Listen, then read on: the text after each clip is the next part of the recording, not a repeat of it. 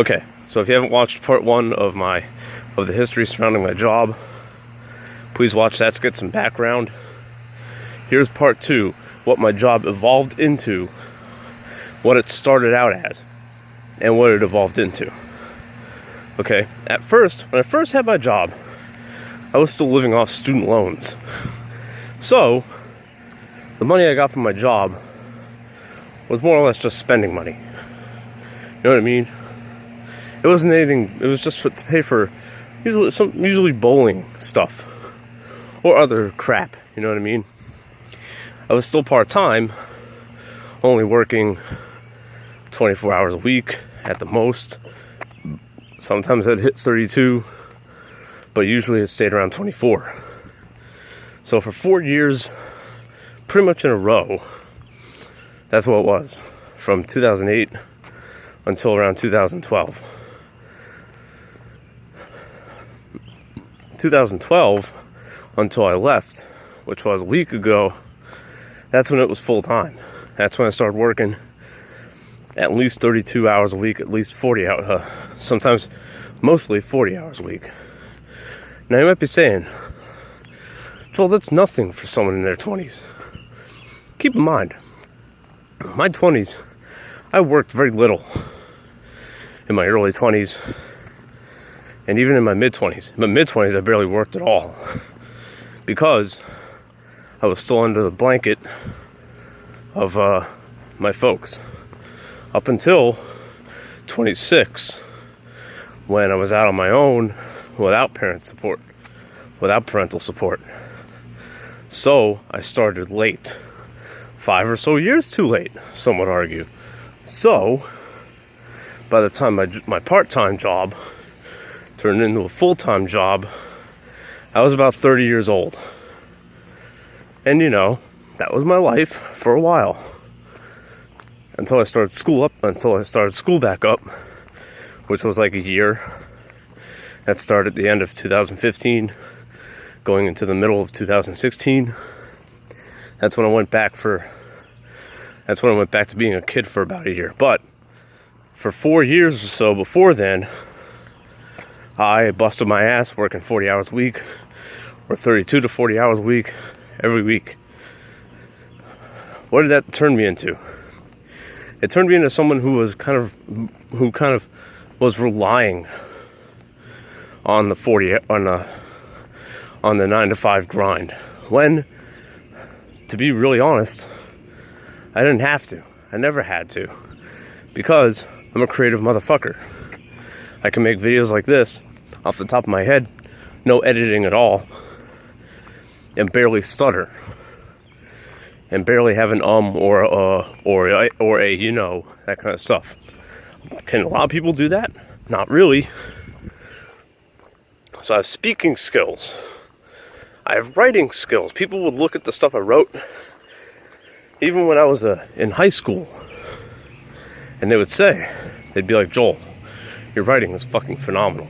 Okay? You're like the next fucking J.K. Rowling over here. Alright? You're like the next goddamn Stephen King. You're like the next Ayn Rand. You're like all those motherfuckers. Your fiction skills are amazing. Okay? Case in point, I took an advanced fiction class, and I had to witness some try-hard with a loud-ass engine. Anyways. And so, you had to write a short story. I wrote it in like a day, and I got an 85. A day. I didn't even organize it. I kind of outlined it a little bit on a bus ride home from a bowling tournament, and then I freaking just pounded it in like 4 hours. So, if I could do that, while other people were getting 80s, 85, 75s, someone got 90, but they planned the shit out of it, you know what I mean? My professor even called me out on that, and he said, yo, I was exactly like you in my advanced fiction class. Don't be that arrogant. And I said, okay, cool. I mean, at least talent recognized talent. So, I never needed to do any of this stuff. And towards the tail end, probably, I'd like to say when 2016 began. That's when I discovered blogging. Now, I'd always done blogs. When they had MySpace, if everyone remembers that shit, about a decade or so ago, it had an option to be a blogger on there, you know what I mean? Now, these blogs weren't like the blogs of today, where you can get your own domain, and back in the day, you can get your own domain for like $2. Nowadays, it costs about a couple hundred if you want your own domain for like 3 or so years. Then you have to spend some money. But even if you want a domain for like a few months, it's $20. You know what I mean? But MySpace had blogs, and I would write in them. And that's when people started to compliment me. People I knew started to compliment me on my writing skills. So, I said to myself, you know what? If these people, these bloggers that I'm reading about, if they're making money off their blogs, if they're using their blogs to sell books that they write and that they self-publish, how come I can't do the same? How come I wasn't doing the same 5 years ago? And that is when I decided, and to end the history of my job, and to kind of conclude about what my job became, my job became the biggest thing that held me back, because there was no way it could have been creative. There was no way I could have practiced speed running.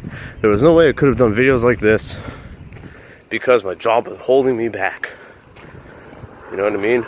And I'll let all you know right now, it held me back for a long fucking time. Okay? But guess what? It's not holding me back anymore. And you know what? This is a big epiphany for me. I'm going to talk about it in a future video. But sometimes sometimes bad things can be the best things that ever happened to you.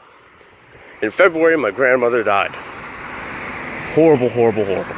Sucks. She was like 91. For a good 5 years or so, she wasn't really functioning. And you know, tragic loss, right? Well, now I have to move to...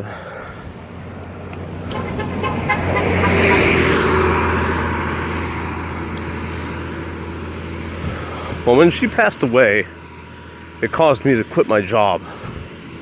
And because I said to myself, you know what? One day I'm gonna pass away. And I've already discovered freelancing. So why not make freelancing my living? What's stopping me? I'm already making some money doing it. I may as well jump into it head first. And my mom and stepdad moved to South Florida. So if things don't work out here, I can move to South Florida and live there virtually for free, or way cheaper than here, and build my brand that way. So that's when I realized that my job was holding me back. And I said, you know what? If I'm going to do the things I want in life, I can't be tied down to a 40-hour-a-week job. Maybe a 20-hour-a-week. Maybe something 24 hours. Sure. Just to get the hell out of the house. Because I'm the type who I can stay in the house for days and days and days. So, if I need a job to get me out of the house, get a job to get me out of the fucking house. But it's not going to be 5 days a week. So that concludes the evolution of my job. Okay? And now, what I'll do in the last video is I'll explain 8.5 things that I learned in the 8.5 years that I worked at my job. Stay tuned.